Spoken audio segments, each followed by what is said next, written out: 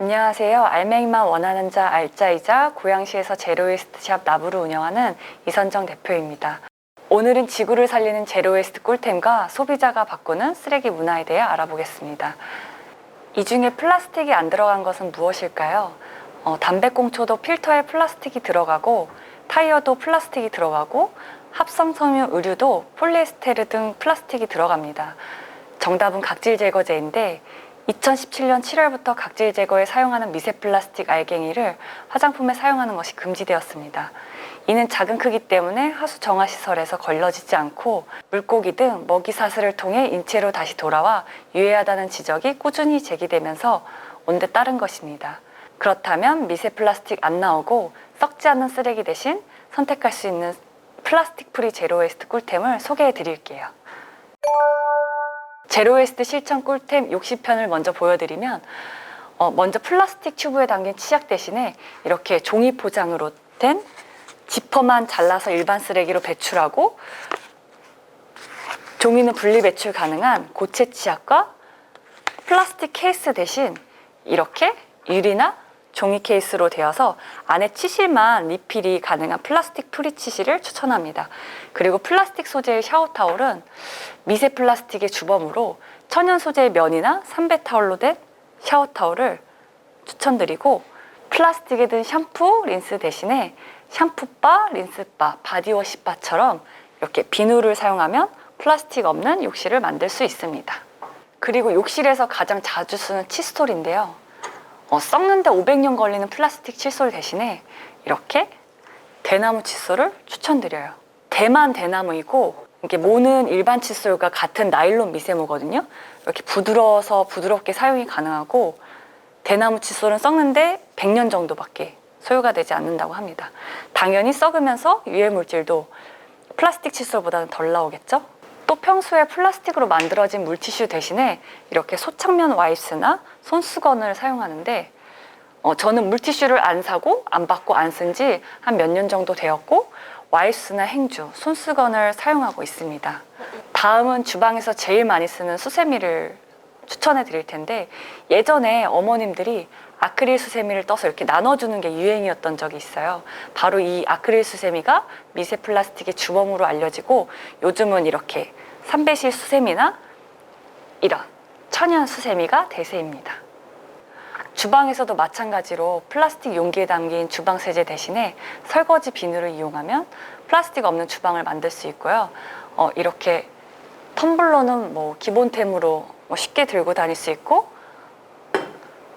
이렇게 접어서 간편하게 들고 다니는 실리콘 용기나 이렇게 여분의 빨대를 파우치에 이렇게 담아서 다니면 일회용품 사용을 줄일 수 있습니다. 이것은 미세 플라스틱 세탁망인데요. 플라스틱 섬유 옷에서 탈락한 미세 플라스틱이 하수구로 들어가는 것을 예방합니다. 여러분은 용기 내 어디까지 해보셨나요?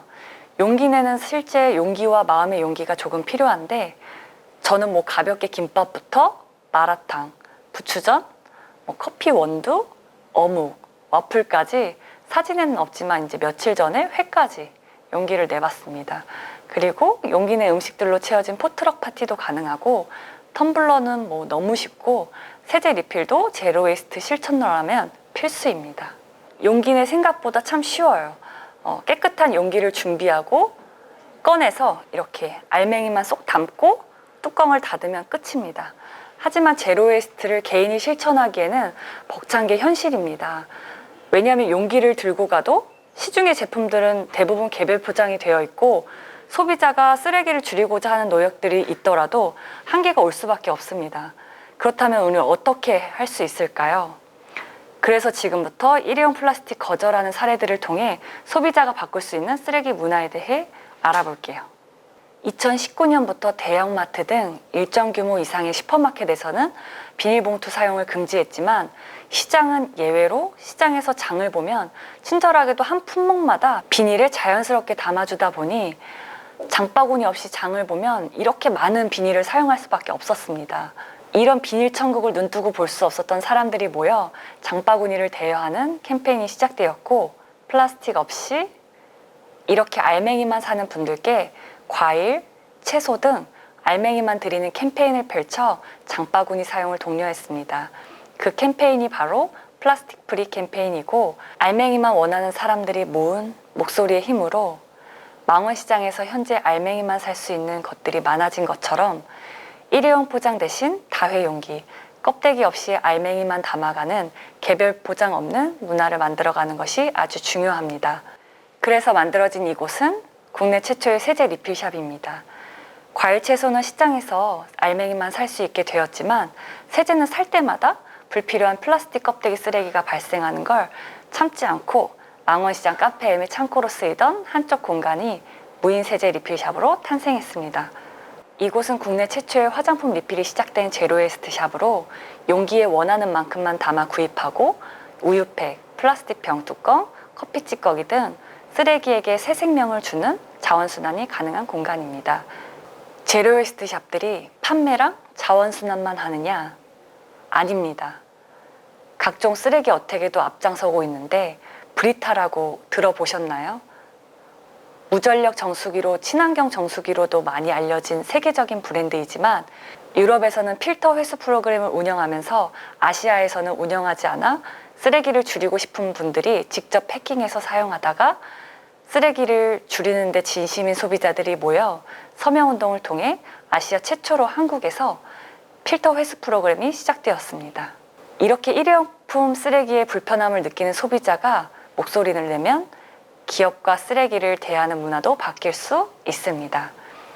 일회용 빨대 반납 운동으로 빨대가 제거된 패키지로 바뀌고, 빵칼 아웃 어택으로 일회용 칼은 요청하는 사람에게만 제공하는 것으로 바뀌었습니다. 햄을 신선하게 지켜주지도 못하는 무쓸모 뚜껑은 반납 운동으로 사라졌고, 플라스틱 스푼을 다회용으로 변경하도록 요구하고 플라스틱 스푼 재활용 시스템을 마련하도록 기업에게 요구하고 있습니다. 11월 24일부터 편의점에서 비닐봉지 제공 전면 금지가 시행됩니다.